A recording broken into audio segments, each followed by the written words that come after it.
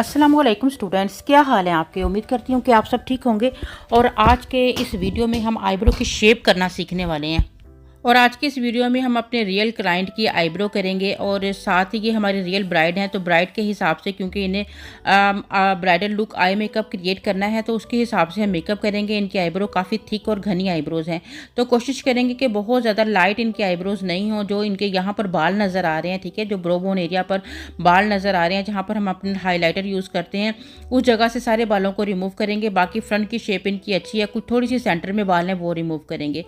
और सीज़र आपको हमेशा जो तीखी नोक वाली होती है वो यूज़ करें। जो इस टाइप की सीज़र होती है ना, जो आगे से गोल नोक वाली होती है, उसके साथ आप अपनी आईब्रोज़ को कट करोगे तो वो बिल्कुल भी ठीक तरीके से कट नहीं होती है। इसलिए हमेशा इस तरह शार्प नोक वाली जो होती है ना, उसको आपने जो है ना यूज़ करना है आईब्रोज़ की कटिंग के लिए। और अब हम आईब्रोज़ की कटिंग करके आपको दिखाते हैं। सबसे पहले स्पूली से आपने जितने आपके बाल होंगे आप ऊपर की तरफ उनको कर लें, ताकि आप आसानी से उसको कट कर सकें। उसके बाद आपने ज़ीरो एंगल पर रख के सीज़र को जो है वो यूज़ करना है, ठीक है, यानी उठी हुई सीज़र नहीं हो। और अच्छे से स्किन को स्ट्रेच कर लेना होता है, ठीक है, ताकि सीज़र की नोक जो है वो आपकी स्किन के साथ टच नहीं हो। अच्छा, जो कटिंग का हमारा पॉइंट होता है ना, उसे भी आप अच्छे तरीके से फॉलो किया करें, क्योंकि कुछ बच्चियां जब कट कर रही होती हैं आईब्रोज़ को, तो वो अपनी नोक को शायद नीचे की तरफ ज़्यादा ले जाती हैं, यानी एंगल उनका टेढ़ा हो जाता है, जिसकी वजह से उनकी जो ऊपर वाली कटिंग होती है आईब्रोज़ की, उसमें मतलब ऊंचा नीचा नज़र आ रहा होता है, कट्स मतलब फील हो रही होती हैं, अगर वो सही मतलब पॉइंट तरीके से कट नहीं करते हैं। इसलिए हम हमेशा ज़ीरो एंगल पर एक लेवल पर लाकर जो है वो आईब्रोज़ को कट कर रहे होते हैं। और जब भी आप थ्रेड को यूज़ करते हो थ्रेडिंग के लिए, तो आपने अपने जो धागा होता है उसमें बहुत ज़्यादा बल नहीं डालने होते हैं, ठीक है, बस ज़्यादा से ज़्यादा 5-6 बल डालें। कुछ लोग बहुत ज़्यादा बल डाल लेते हैं, जिसकी वजह से वो बिल्कुल खींच खींच के स्किन के ऊपर धागा चल रहा होता है और काफ़ी रैश आ रहे होते हैं। इसलिए आपने कोशिश करनी है कि ज़्यादा से ज़्यादा भी हों तो 7-8 बल उस आपके धागे में हो, और फिर आपका धागा ऐसे भागेगा, ठीक है। अगर ज़्यादा आपके धागे में बल होंगे ना, तो फिर वो खींचना आपको ज़्यादा पड़ेगा, जिससे आपकी स्किन डैमेज हो सकती है। अब सबसे पहले आपने ऊपर वाले बालों को जो रिमूव कर लिया, जो सबसे इजी हिस्सा था वहाँ से बालों को आपने रिमूव कर लेना है, ठीक है। उसके बाद जो आपके साइड के बाल हैं आहिस्ता आहिस्ता आप साइड पर लेकर जाएंगे, और साइड से जितने बाल आपको नज़र आ रहे हैं उनको आपने इस तरह से रिमूव कर लेना है, ठीक है। बहुत अच्छे तरीके से आपने साइड के सारे बालों को रिमूव करना है। आपने कोशिश करनी है कि आपके जो मतलब लाइन है वहीं से ही बाल उतरें, आपका धागा आपकी आईब्रोज़ के अंदर नहीं जाए, ठीक है। जहाँ भी थोड़े थोड़े बाल हैं पहले आपने अपने धागा से उसको अलहदा करना है, उसके बाद उसको जो है वो धागे को आपने चला के उन्हें रिमूव करना है, ठीक है। और इस तरह से ये जो थोड़े थोड़े बाल आपको ऊपर नज़र आ रहे हैं, इसे आपने सीज़र की मदद से जो है वो कट कर देना होता है। और अब दूसरे पॉइंट में जो आपके सेंटर वाले बाल हैं, पहले हम इन्हें रिमूव कर लेते हैं, ठीक है।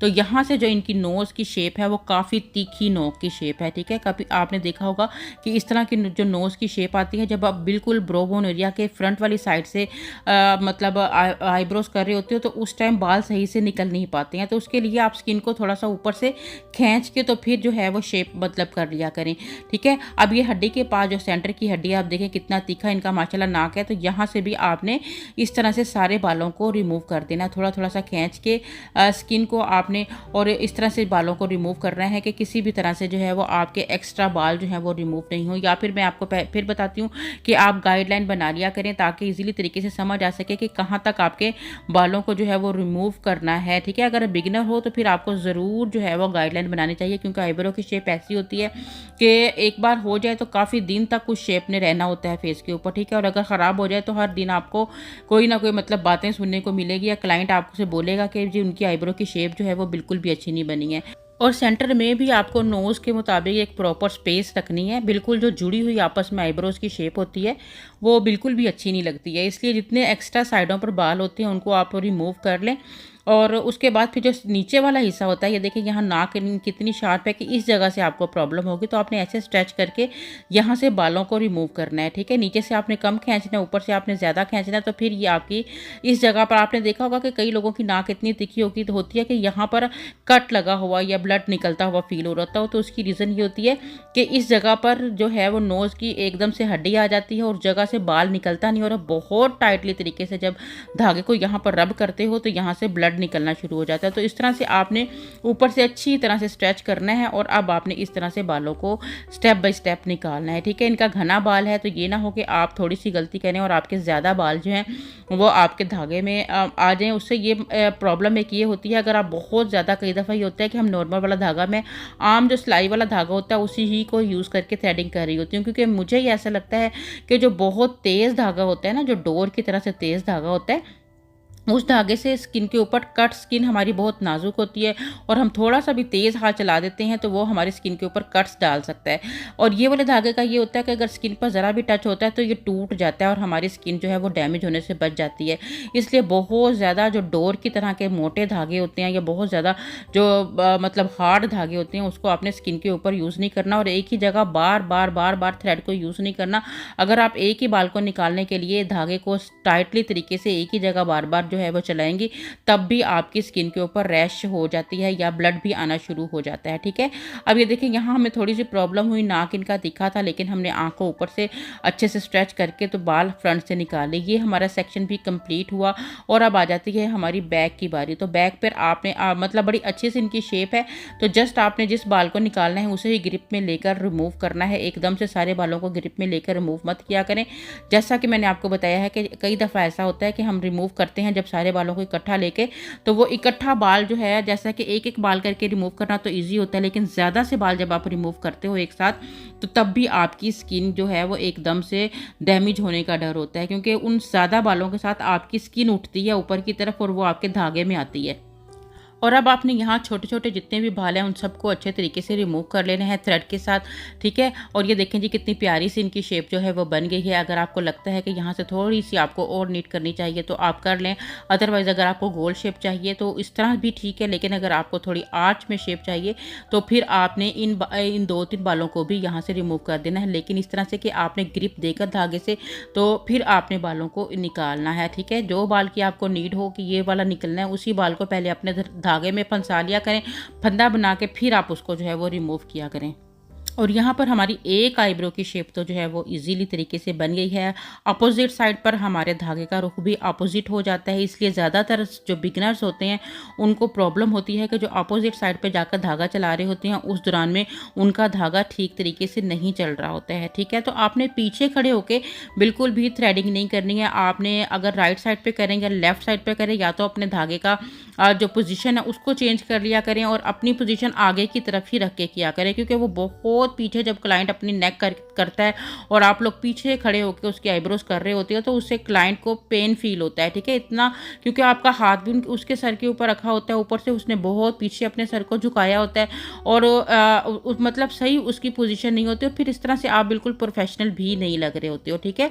इसलिए आपने अब लेफ्ट साइड पर जो है वो स्ट्रेट खड़े होना है, पीछे खड़े नहीं होना है और इस तरह से अपने धागे की पोजीशन बनाकर तो इस तरह से इजीली तरीके से आपने अपनी आईब्रोज की शेप कर लेनी होती है, ठीक है।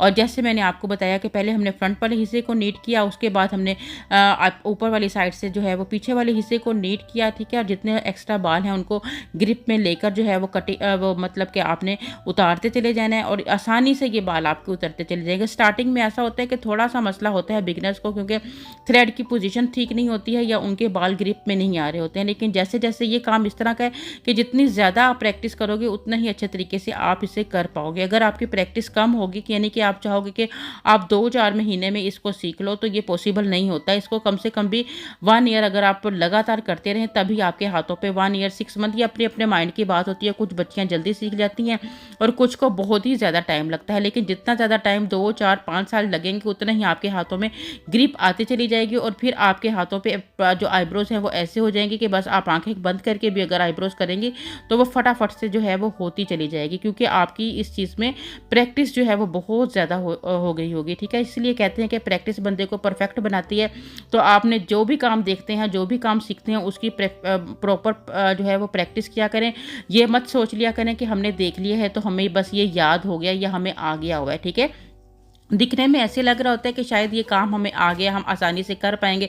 लेकिन जब आप उस काम को फिर दोबारा किसी क्लाइंट पे करने की कोशिश करते हो, क्योंकि पहले आप किसी पे प्रैक्टिस करके फिर क्लाइंट को आज़माया करें। डायरेक्ट जब आप क्लाइंट पर आज़माने की कोशिश करते हो तो फिर क्लाइंट भी आपके ख़राब हो जाते हैं। अब यहाँ पर ये देखें जी, हम कुछ-कुछ बालों को लेकर इस तरह से पोज़ीशन बना के बिल्कुल स्ट्रेट से लाइन में जो है हर बाल को ग्रिप देकर खींच रहे हैं और उसे अच्छे तरीके से नीट जो है वो हम लोग कर रहे हैं।